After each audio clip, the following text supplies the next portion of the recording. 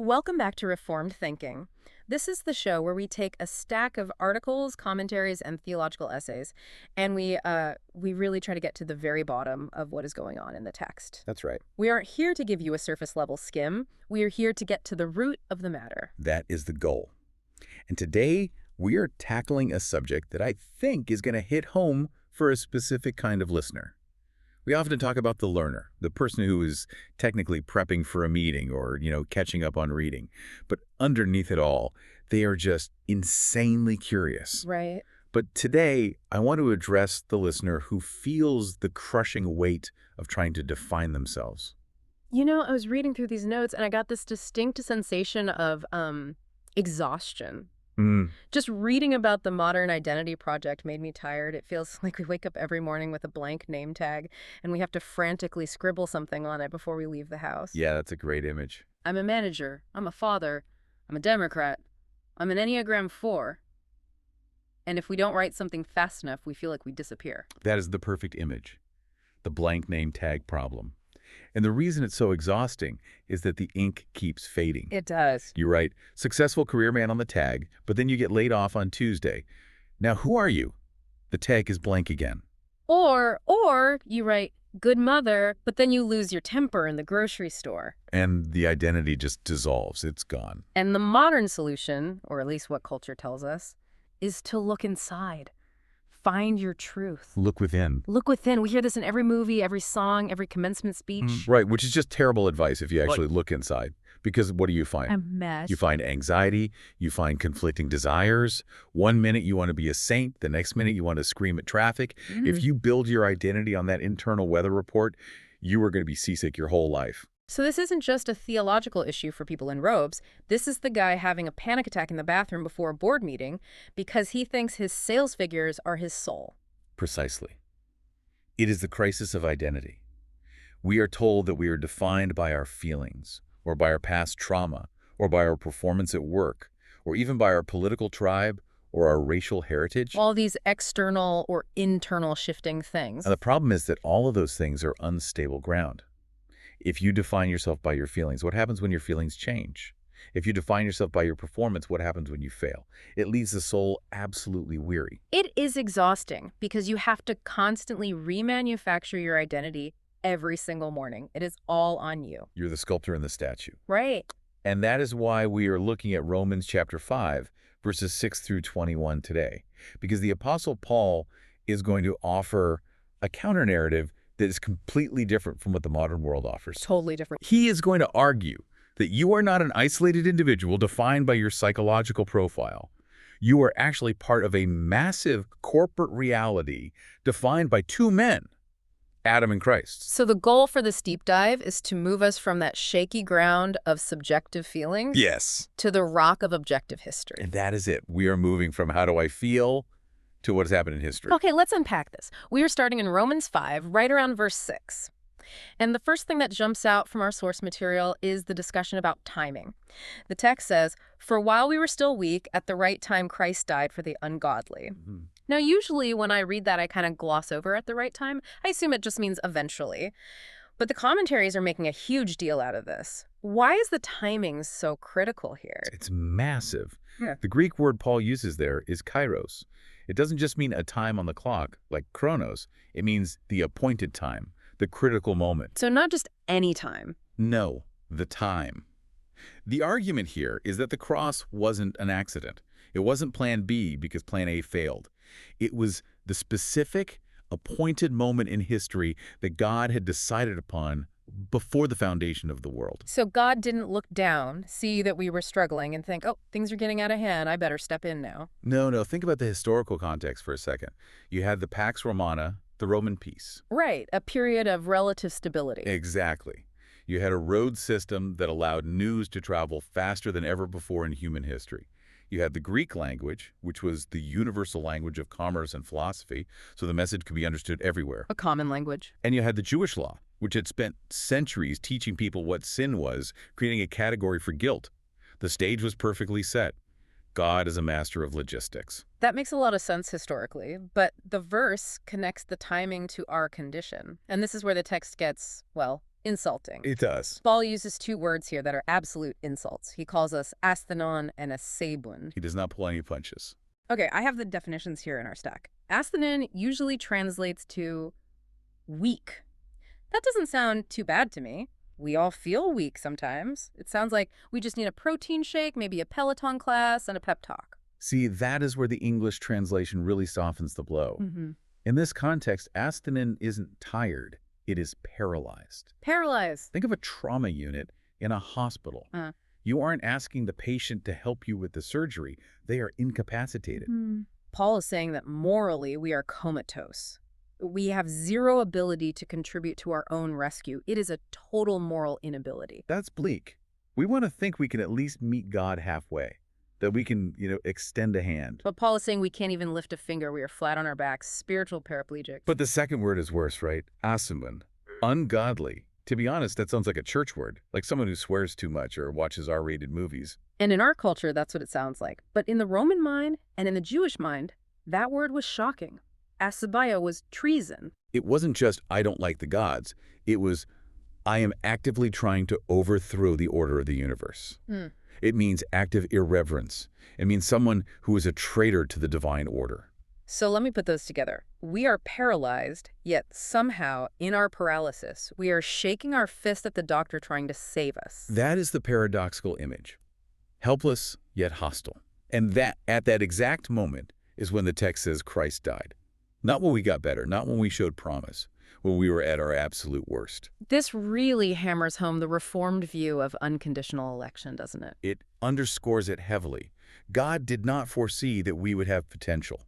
He didn't look down the corridor of time and say, well, no, that guy's going to be pretty decent in a few years, so I'll save him. Right, he'll come around. No, he saw helplessness and hostility, and that is when he decided to save. The motive for salvation is entirely in God, not in the desirability of the sinner. Wow. That leads right into verse 7, where Paul makes this interesting comparison about human love versus God's love. He talks about dying for a righteous person versus a good person. I have to admit, I always thought righteous and good were basically synonyms. A lot of people do. What is the distinction he is drawing there? It is a subtle but brilliant observation of human nature. Paul says, essentially, that human love has its limits. We might, in a very rare case, die for a good person. Okay. Think of a benevolent benefactor, someone who is warm, generous, maybe the grandfather figure who paid for your college tuition and always has a kind word. You might take a bullet for that guy because you love him. There's an affection there. Right, that makes sense. We sacrifice for people we have a deep affection for. But then he says we would scarcely die for a righteous person. That would be someone who technically keeps all the rules. They pay their taxes on time, they never break a law, they're scrupulously honest, but they're cold. Ah, I see. They're morally upright, but not lovable. Like a very strict IRS auditor who's never made a single mistake in his life. I see. You respect the auditor, you might even admire his precision, but you aren't jumping in front of a bus for him. Correct. So human love is attracted to the quality of the object. We love people who are lovely, or at least people who are good to us. But God's love isn't like that at all. God's love is sui generis. It is one of a kind. It is completely unique because he doesn't die for the good person, and he doesn't even die for the righteous person. He dies for the bad person. He dies for the profane. He dies for the rebel. He dies for the aspun, the traitor. That brings us to verse 8, which is probably one of the most famous verses in the entire Bible. God shows his love for us in that while we were still sinners, Christ died for us. And I want to focus on that word shows. In Greek, it is synesthesin. It means to demonstrate, to prove, or to exhibit. Like a billboard. Yes, like a massive billboard on the side of the highway. And the insight here is vital for anyone who struggles with doubt or feelings of being unloved. Which is everyone at some point. It is. We tend to think of God's love as a private intuition, a feeling. We close our eyes, we try to empty our minds, and we wait for a warm whisper in our heart that says, I love you. And if we don't hear the whisper, or if we are having a bad day and just feel numb, we panic. We think God has left us. We panic. But Paul says, stop looking for a whisper. Look at the billboard. God's love is a public exhibition. It is objective. It involves wood, nails, blood, and a Roman execution site. It is a historical fact that happened in time and space. So the question isn't, do I feel loved right now? The question is, did Christ die? That is the anchor. The cross is the objective proof that stands regardless of your emotional fluctuation. If the cross happened, the love is real. You don't look inside your heart to find assurance. You look outside yourself to history. Okay, so that establishes the foundation, this objective demonstration of love. But then Paul moves into this logic of assurance. He uses this phrase, much more. Since, therefore, we have now been justified by his blood, much more shall we be saved by him from the wrath of God. How does this logic work? It sounds almost like a math equation. It is a logical argument from the greater to the lesser. The technical term is an a fortiori argument. The logic goes like this.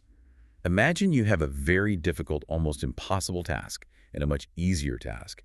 If you have already accomplished the impossible task, surely you can accomplish the easier one. Okay, so what is the hard thing in this scenario? The hard thing, the impossible thing, is reconciling enemies through the death of a son. Think about it. We were hostile. We were haters of God. And yet, God paid the ultimate price, the death of his own son, to bring us into a right legal standing. That is the heavy lifting. That is climbing Everest. That is already done. And the easier thing? The easier thing is saving friends from final wrath. Now that we are reconciled, we are on God's side. We are his children. So Paul is asking, if God did the most painful, difficult, costly thing to get you when you were an enemy, do you really think he is going to let you drop now that you are a friend? That is a powerful way to put it. It is like saying, I did the hard part, why would I fail at the easy part? It would be illogical. There's an analogy often used here that I find helpful. If a man pays a massive ransom, say millions of dollars, to free a slave from a hostile country, and he brings that slave out, is he then going to let that slave starve to death on the ride home? Of course not. That would make the entire ransom payment a complete waste. It would be irrational. Precisely. And God is not wasteful. He doesn't pay the blood of his son only to lose the purchase. The logic is meant to give us security. There is another distinction in this section that I found fascinating in the notes. It talks about being saved by his life. Verse 10 says, For while we were enemies, we were reconciled to God by the death of his son, much more, now that we are reconciled, shall we be saved by his life. I've always focused on the death of Jesus. What does it mean to be saved by his life? This is crucial for understanding the mechanics of our salvation. Yeah. We are justified by his blood. That is the death. That is the legal verdict in the courtroom. Right. The penalty has been paid. The judge bangs a gavel and says, not guilty. That deals with our past sins. Okay, so the crime is paid for. But saved by his life refers to the present intercession of the risen Lord. Jesus didn't stay dead. He is alive right now, seated at the right hand of the Father. And what is he doing? He is advocating for us. He is keeping us safe. So it's an ongoing action. It's an ongoing action. This is the doctrine of union with Christ. Because he lives, we are kept safe. His life guarantees our perseverance to the end. So we aren't just looking back at a death 2,000 years ago. We are looking up at a living person who is actively involved in keeping us right now. It is like having a defense attorney who never sleeps and never loses a case. Yes, and that is why verse 11 says we have received reconciliation. Notice the verb. We didn't manufacture it. We didn't achieve it. We received it. It is a status given to us. It's a gift. It's a gift. And the result is that we exult or boast in God. We don't boast in our conversion story. We don't boast in our moral improvements. We boast that the war is over because the king ended it. I love that. The war is over. But now the text takes a huge turn. We get to verse 12 and Paul just zooms out. He does. He stops talking about individual salvation and starts talking about the history of the entire human race. This is where we get into the two Adams. And honestly, this is where a lot of modern people get off the bus. This is the pivot to history. And structurally, there's something funny happening in the Greek text here. Verse 12 starts a sentence. Just as sin came into the world through one man, and then Paul breaks off. He interrupts himself. Wait, really? Like a typo in the Bible? Not a typo, but an anacolothon. That is the technical term for a broken sentence structure. It is like he gets so excited or perhaps so intense about the comparison he is about to make that he stops mid-sentence to clarify something before he can finish the thought. He has to lay some groundwork first. He does. He doesn't actually finish the comparison until verse 18. So what is he so intense about? What is the concept he is trying to get across that requires such a grammatical break? Federal headship. Okay, define that for us, because federal usually makes me think of the government, taxes, that sort of thing. It is a similar concept. Federal headship is the idea that Adam was not just the first biological father of the human race. He was our legal representative. He was our covenant head. When he stood in the Garden of Eden, he wasn't standing there as a private individual. He was standing there as the representative of all humanity to come. Like a diplomat or a king? Yes. When a king declares war, the whole nation is at war.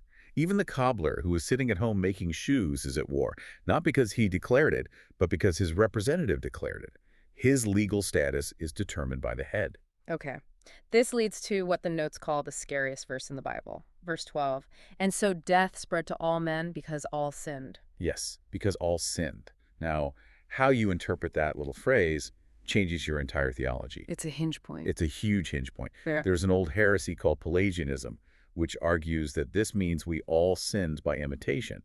Basically, Adam set a bad example, and we all individually decided to copy him. That feels more intuitive to us, though, doesn't it? I do my own sins. I'm responsible for my own choices. It does. It fits our individualistic mindset. But our reform sources reject that vigorously. The text isn't saying we copied Adam. It is saying that when Adam sinned, we sinned. Wow. We were in his loins, to use the biblical phrase. We were involved in that act legally. Yeah. The guilt of that one sin was imputed or credited to our account immediately at that moment. Okay, I have to play the skeptic here. I was waiting for this part. This is where everyone says, hold on, that is not fair. Rightfully so. Yeah. The logic is, Adam sinned thousands of years ago, and because of that, I am born guilty. I didn't vote for Adam. I wasn't there. Why am I on the hook for his lunch break mistake? Yeah. It violates everything we believe about individual responsibility. It sounds un-American, frankly. We are the culture of the self-made man. This is pre-ruined man. It is un-American. It is deeply ancient. But let's look at the alternative for a moment. Paul is saying that humanity isn't a pile of marbles in a bag, where every marble is separate and distinct. Yep. He is saying humanity is a tree. If the root gets poisoned, the branch doesn't have a choice about whether it gets the poison. The poison is in the sap. It's an organic connection. So it is organic, not just legal. We are connected by nature. It's both. But Paul offers proof, and the proof is death. Specifically, he points to death in the time period from Adam to the time of Moses. Why does that specific time period matter so much? Because of the law. The 10 Commandments hadn't been given yet at Sinai. God hadn't written down "thou shalt not" on stone tablets yet for the nation of Israel. And yet, people were still dying. And the argument is, if there is no law to break, why is there a penalty? Death is the penalty for sin. Correct. The principle is that sin is not imputed where there is no law. So if these people didn't have the 10 Commandments, why were they dying? Paul answers in verse 14. They were dying because of the transgression of Adam. Okay. And he specifically mentions those whose sinning was not like the transgression of Adam. Who is that referring to? Theologically, that is widely understood to refer to infants or those without the mental capacity to understand or obey a command. Think about it. An infant has not committed a conscious active sin. They haven't robbed a bank. They haven't lied. They haven't coveted. Broken a specific command. And yet, tragically, infants die. Why? That is the heavy question. It is the hardest question. It is the most devastating empirical proof of original sin. They died not because of their own action, but because of Adam's action. The Westminster Confession is very clear on this. The guilt is imputed. It is harsh, but it proves the mechanism. We are connected. It is a dark proof. But you said earlier there is a key takeaway for the skeptic here. Why should I want this to be true? Because right now I just want to reject it and say, let me stand on my own record. Do you really? I mean, really. Because if you are an individual, then you have to stand on your own record. Perfect obedience. One slip up, one bad thought, one selfish act, and you are done. No representative to take the fall for you. So my own record condemns me. Federal headship seems unfair when it damns us, but it is the only mechanism that allows Jesus to save us. Explain that connection. How does Adam's unfairness help me with Jesus? It is the symmetry. Paul calls Adam a type of the one to come. If you say, I can't be represented by Adam's failure, you are automatically saying, I can't be represented by Christ's victory. Oh. You can't have it both ways. If the bad stuff can't transfer from a representative to you, then the good stuff can't transfer either. You are stuck with your own resume. And my resume is lacking. It is worse than lacking. It is condemning. So the unfairness of Adam is actually the back door for the unfairness of grace. We are stuck in this corporate reality. The only question is, which head are you connected to? This moves us into section 4, the superiority of the second Adam. Paul starts comparing them, but he makes it clear it is not an equal fight. It's not a one-to-one swap. No, it is an asymmetry of grace. Paul keeps using that phrase much more again. He wants to make sure we don't think this is a simple exchange. Like Adam created a debt of $100 and Jesus came and paid $100. It is more than that. It is infinitely more. The text says the grace superabounds. Think about the contrast he draws. Adam committed one trespass, and it brought condemnation to many. Just one mistake. But Christ came after many trespasses. Right, because by the time Christ comes, history has piled up billions and billions of sins from everyone who ever lived. Exactly. Christ didn't just have to fix Adam's one mistake in the garden. He had to absorb the mountainous accumulation of idolatry, murder, genocide, lying, and hatred that had accumulated for thousands of years. He absorbed it all and wiped it clean. The grace is greater than the sin. This brings up the doctrine of imputation again. Verse 19 says, "For as by the one man's disobedience the many were made sinners, so by the one man's obedience the many will be made righteous." And the Greek word there is kathistomi. It means constituted or appointed. It confirms what we said earlier. We are legally appointed the status of righteous. Right. And here's a critical distinction that our Reform sources emphasize. This is alien righteousness, istische aliena. Alien meaning foreign, from outside of us. Yes, completely outside of us. It is not infused righteousness. That is the Roman Catholic view, where God puts grace into you like a substance, and you gradually get better and better, and eventually, hopefully, you're righteous enough to be saved. And the Reformed view differs how? The Reformed view, the biblical view Paul is laying out, is that it is a status granted immediately based on Christ's obedience. It is outside of you. It's like you are wearing Christ's robe. You haven't stitched it yourself.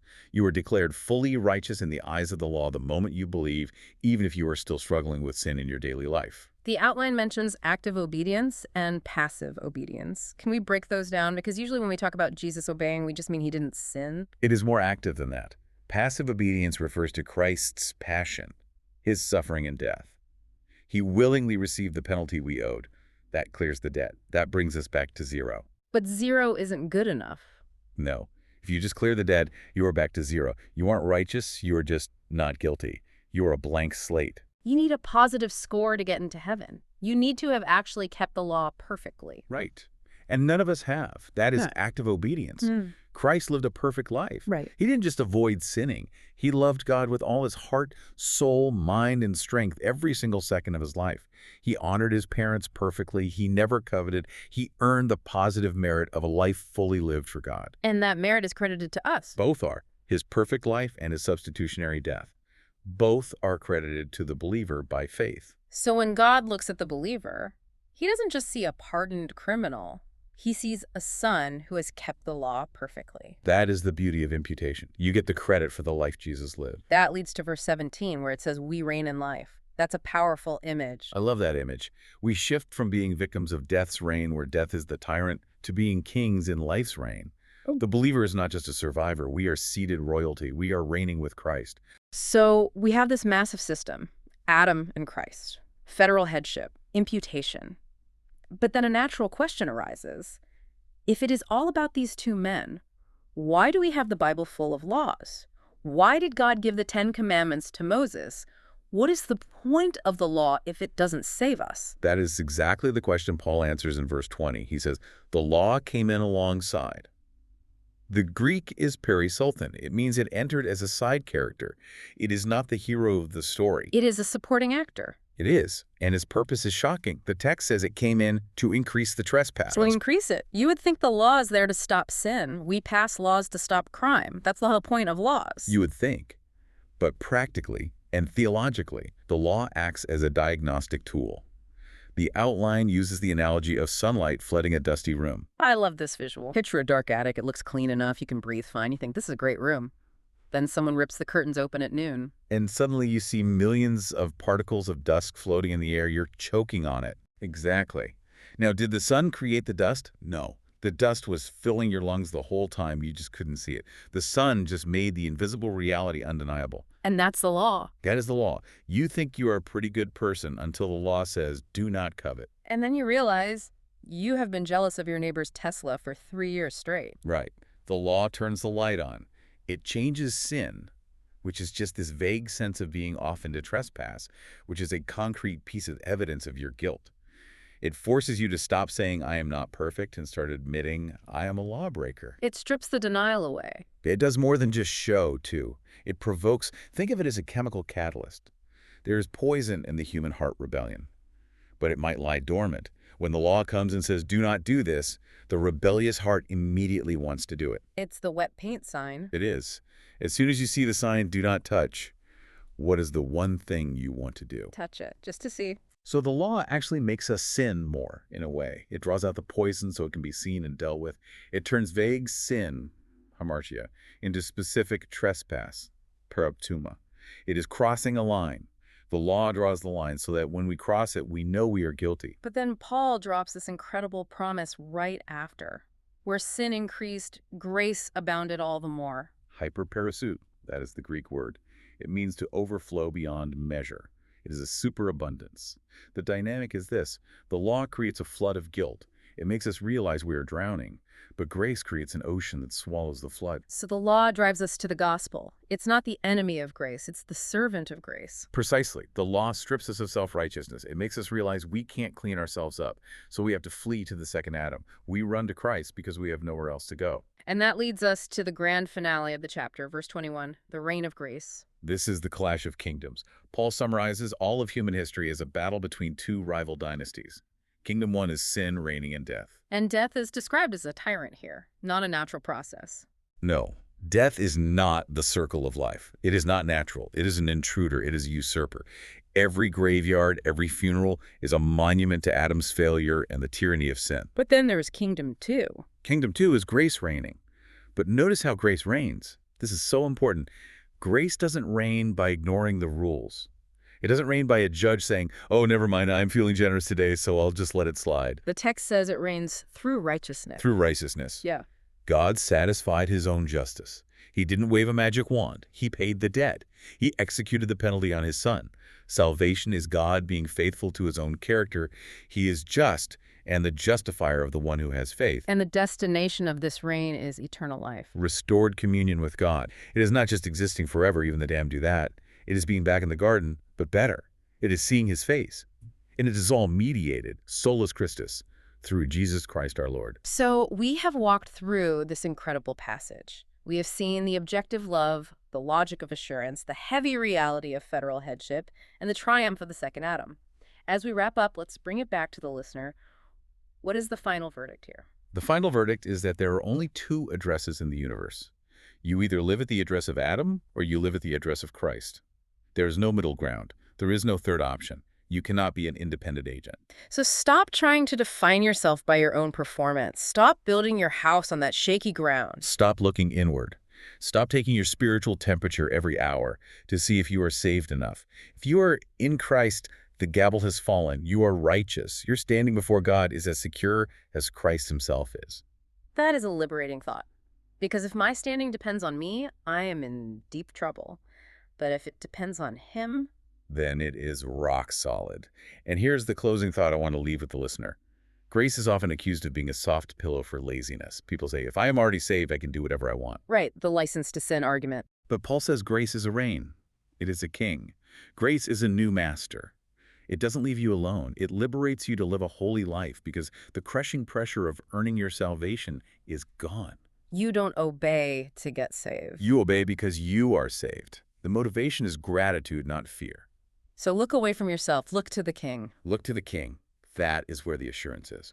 That is all for this deep dive into Reformed thinking. We hope this moves you from the shaky ground of your feelings to the solid rock of history. Thanks for listening.